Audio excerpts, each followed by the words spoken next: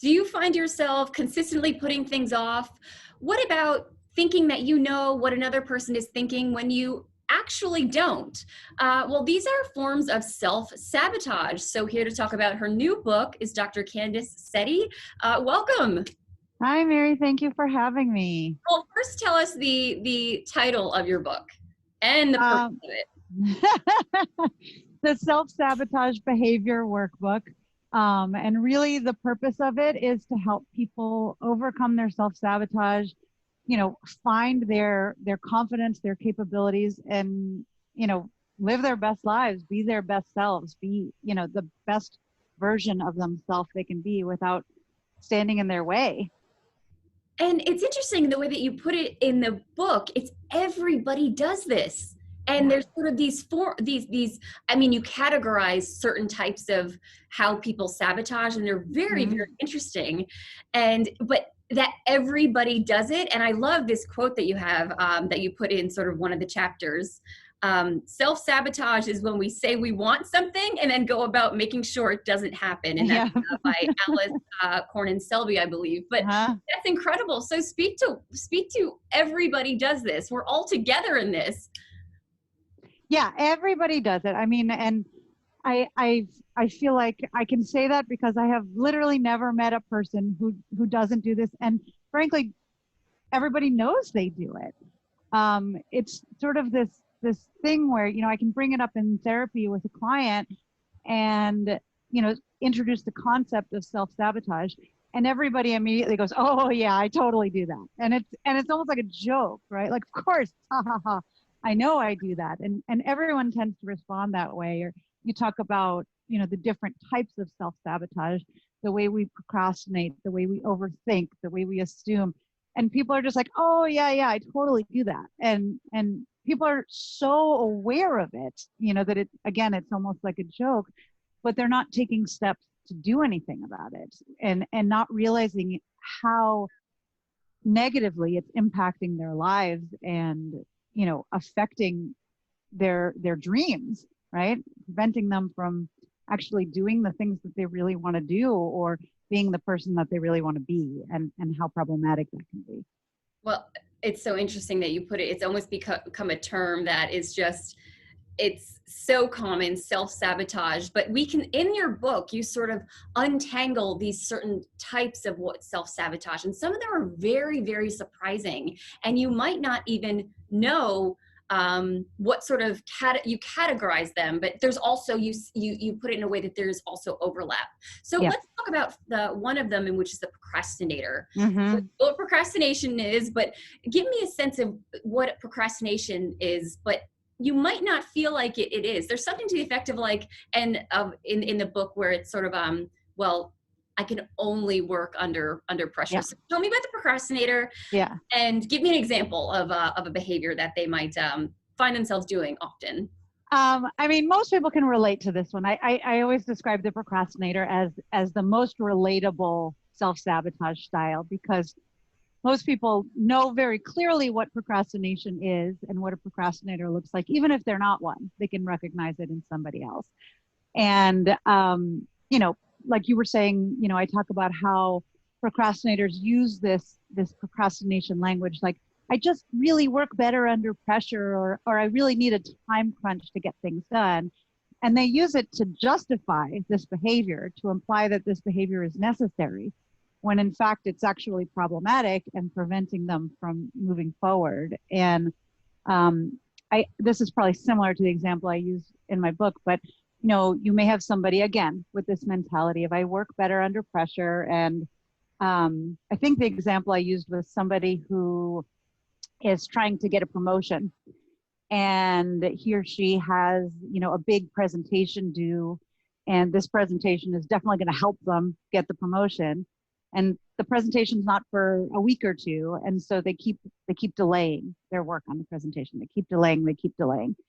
And eventually, maybe they have a day or two before the presentation, they work on it and they get it done right at the last minute, of course. But what that means is they didn't use those 2 weeks. And I always say, how different would that presentation have been if you had used that 2 weeks, if you had started it early and then taken it only took you 2 days to put the presentation together. So if you had done that 2 weeks ago, could you have used the remaining 12 days to continually improve it and look at different aspects of it and practice presenting it and look at what's missing and give the presentation to somebody and get their feedback on it and adjust it accordingly? But because you procrastinated on it, you didn't give yourself the opportunity to make it the best it could be. And so you're ultimately doing the bare minimum, right? You're not using your time effectively, which is part of the reason why it's so self-sabotaging. It wastes time. It again sets you up to be doing the bare minimum. And as a result, two things happen. One, you never get ahead. Two, you set yourself up to believe this is the only way you're capable of working. And that's really the problem, is people really start to believe this, because again, it's this concept of creating a self-fulfilling prophecy, which is, the subtype of self-sabotage. You just believe over time that this is the only way you can do things, because historically it's the only way you've done things. And that's so the it's just, Dr. Seti, that you say that, because it's right. It becomes very limiting, and I guess what someone is kind of convincing themselves, as you had mentioned, that it's a strength. They work under pressure. They can only work under pressure. They're very good under pressure. But, well, okay, it's actually something limiting, and you could maybe have other ways in which you could set yourself up for success if the individual had those 12 days, and they're surfing the internet, I don't know, doing this, watching Netflix maybe. And is that out of fear? I mean, I don't know. I mean, maybe there is no one answer, but let's move on to the overthinker. Explanatory, but tell me a little bit about that overthinker. The overthinker is another one that people can relate to pretty well. The overthinker is much more commonly a woman than a man. I think that statistically speaking, I think the data shows that 60% of women overthink on a regular basis, which is just, frequency, right? Which suggests it's a much higher percentage that actually do this, just don't do it quite as frequently. An overthinker is, somebody who just thinks and thinks and thinks on something, the phrase, thinks something to death, just constantly thinking. And in doing so, they tend to make things more negative than they are, right? Questioning things like, okay, I'm going on a date and this person seems to like me, but wait a minute, why do they like me? Are they just pretending? Are they trying to get something? Is there something else going on here? Were they just acting to get through the date? And and in overthinking, they start to convince themselves of whatever these negative things are, and then act on that, even though they have no evidence to support it. So here again, you see this commonality with the procrastinator, where it creates this self-fulfilling prophecy. People decide something, no proof, no evidence, no data, and then they act on it. And then they say, well, I was right, because they don't have any evidence to refute it, any evidence to say that that wasn't the case. And so now here, it sets you up to be stuck in this cycle of overthinking. It sets you up to believe this is something you have to do. And it ultimately strips your confidence, right? It plagues you with this concept of self-doubt. And you get stuck in this cycle of overthinking, overthinking, overthinking.